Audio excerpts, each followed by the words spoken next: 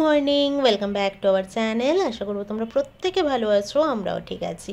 আজকে অনেকটা লেট করে ব্লগ শুরু করছি। প্রমি চলে গেছে, ওকে নিচে ছেড়ে দিয়ে এসে দুবারিতে ফোন করে নিয়েছি। তোমরা যারা আমার রেগুলার ভিডিও দেখো তারা জানো আমি এই সকালটাতে দুবারিতে ফোন করে নিই। তারপরে বাসনগুলো মেজে নিলাম, রান্নাঘরটা একদম টিপটপ করে গ্যাস ট্যাস মুছে পরিষ্কার করে নিয়েছি।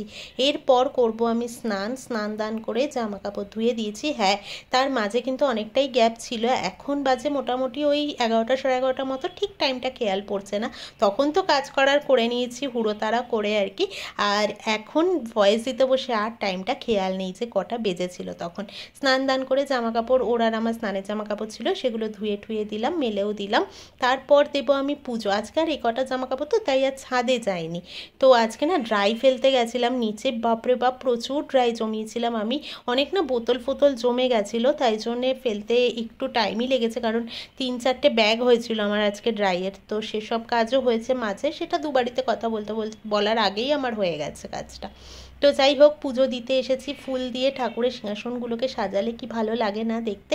যদিও অত ফুল পাই না আমি এখানে, কিনে আনা যেরকম আর কি গাছের ফুল দিয়ে পুজো দেওয়ার, ওটার একটা মজা আলাদা। নীলকণ্ঠ ফুলটা ফুটতো, বেশ ভালো লাগতো। এখন তো গাছটা নেই, তোমরা জানো কলকাতা গেছিলাম, শুকিয়ে গেছিলো, যেহেতু জল দেওয়ার কাউকে আমি পাইনি, ওয়াচম্যান ছিল না আর কি। তো সেই টাইমটা তো ওর গ্রামে গেছিলো, তো ওই জন্য তখন ওকেও পাইনি, তাই জন্য আর দিতেও পারেনি জল। ওই নীলকণ্ঠ গাছটা গেছে। তারপরে চেষ্টা করলাম, বীজ টিজ দিলাম, হলো না। আর জানি না, দেখি আবারও চেষ্টা করবো একটু। তবে আপাতত আর গাছ সেভাবে কেনার ইচ্ছে নেই, তাই জন্যই কিনছি না।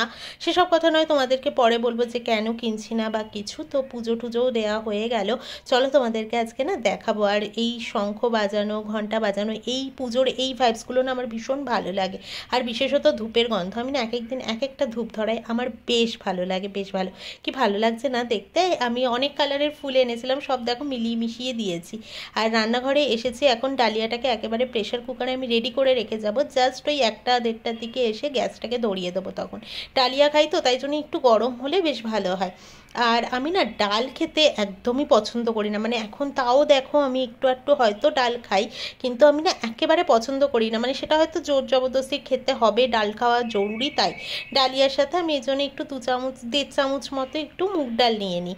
একদিন ইচ্ছে আছে মুসুর ডাল দিয়েও খাবো। আমি না এখনও ট্রাই করিনি মুসুর ডাল দিয়ে। আজকে তো তাও দেখছো একটু হলুদ দেবো, তারপরে ফুলকপি আর আলু ফেলবো, যেহেতু মাছের ঝোল করে দিয়েছি ওকে আজকে ফুলকপি আলু দিয়ে। আমার তো আর মাছের ঝোল টোল নেই, আমি মাছটা জাস্ট উঠিয়ে রেখে দিয়েছি, কারণ মাছের ঝোল দিয়ে কী দিয়েই বা খাবো, তাই জন্য। আর আগের দিন তো লাউ চিংড়ি করেছিলাম আর মাছ করেছিলাম, তো ওই দিন আমি লাউ চিংড়ি যেহেতু খাবো, এসব খাবো, তাই আর ডালিয়াতে আমি কোনো সবজি টবজি দিইনি। ডালিয়াটা শুধু ডালটাকে নুন দিয়ে সেদ্ধ করেছিলাম, মানে হলুদও দেইনি আমি।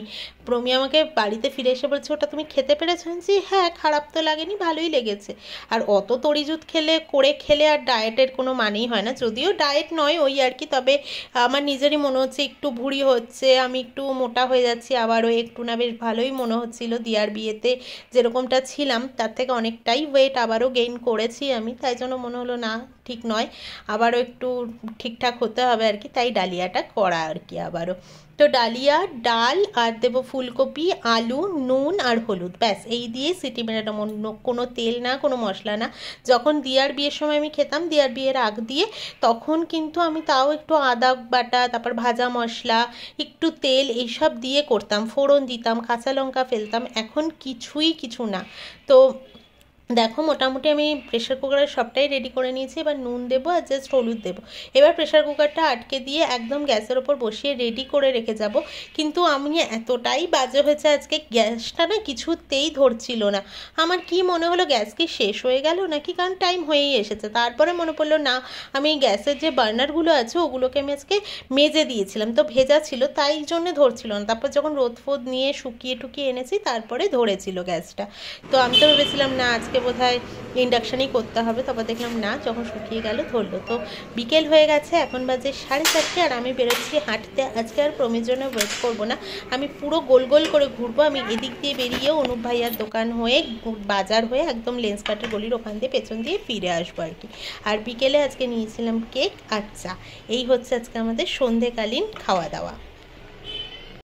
আজকে এভাবে ক্যামেরা ধরে তোমাদের সাথে কথা বলাই হয়নি। এখন এলাম রান্নাঘরে, এখন বাজে 8:40 নাগাদ। আর এই যে ট্রেটা দেখলে, কেক নিয়েছিলাম, ট্রেটা এত ভালো লেগেছিল সেদিনকে দেখতে, আমার ভীষণ ভালো লেগেছিল। আমি এই ট্রেটা 40 টাকা নিয়েছিল, কিনেছি এই ট্রেটাকে, তো বেশ ভালো লাগলো, ওই জন্য আজকে কেক দিয়েছিলাম এটা। তো চলো এখন বসাবো রান্না। রান্না বলতে কালকের জন্য একটু বাঁধাকপি কেটে রাখবো, কালকে ওকে বাঁধাকপি মাছের মাথা দিয়ে করে দেওয়ার প্ল্যান রয়েছে।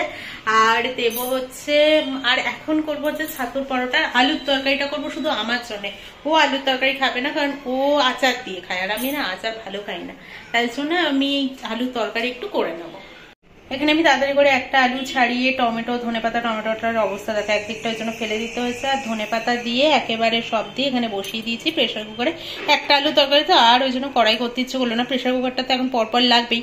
তরকারিটা করে ধুয়ে ফেলবো, ধুয়ে ফেলে বাঁধাকপি সিটি মারবো, একটু ভাপিয়ে নেবো আর কি, তারপরে বসাবো ডাল সেদ্ধ। বাঁধাকপিটা না 20 টাকা নিয়েছে, কি কাটতে আমার কষ্ট হলো, ঠাসাটা দেখো শুধু একবার, কোথাও ফাঁকা নেই, মানে এক পিস 20 টাকায় বিক্রি হচ্ছিল, ছোট বড় সব মেলানো মেশানো ছিল। তো আমার মনে হলো বেশি বড় এনে তো আমাদের লাভ নেই, নষ্ট করার থেকে আমি ওখান থেকেই 20 টাকা দিচ্ছি বলে যে বড়টাই আনতে হবে তার তো কোনো মানে নেই, আমি ভালো দেখে একটা আনলাম। ওয়েট হয়েছিল 1 কেজি মতো, মানে আমি হাতে ধরে যখন, তাও উনি আমাকে প্লাস্টিকে ভরার সময় ওয়েট মেশিনে বসালো, দেখলাম 1 কেজি। তো 20 টাকায় বাঁধাকপিটা একদম, আমি তো বলবো খুব ভালো পেয়েছি আমি। বেশিটা তো এবারের জন্য রেখে দিয়েছি, এই যে এতখানি, তো হাফটাও আমি কাটিনি, এখানে হাফটা না কেটেই দেখো প্রায় 1 কড়াই, মানে জায়গা নেই কিন্তু নিচটা, এমন নয় যে ফুলে ফেপে রয়েছে, এতটা হয়েছে, হাফ টুকরো কম কেটে। এটাতে আমাদের দুজনের 1 বেলার তরকারি হয়ে যাবে। মাছের মাথা দেবো, তারপরে আলু দেবো। এখানে বসালাম বাঁধাকপিটাকে সেদ্ধ, এখানে আমার ঝোলঝোল মার্কা তরকারি নেমে গেছে, আর এখানে ডালটাকে ধুয়ে ভিজিয়ে রাখলাম একটু, বাঁধাকপিটা নাবলে ডালটাকে সেদ্ধ বসাবো, মানে পরপর আমার কাজ চলছে। আর এবার ছাতুর পুরটাকেও রেডি করে নেব। এখানে পুরটা আমি রেডি করে নেব। এবার এর মধ্যে দিয়েছি ছাতু, হিং, মানে হিংটা অনেকটা পরিমাণেই দিয়েছি, নুন দিয়েছি, একটু সামান্য লঙ্কার গুঁড়ো, আর দিয়েছি চিনি, এই দিয়েই আমি মেখে নেব।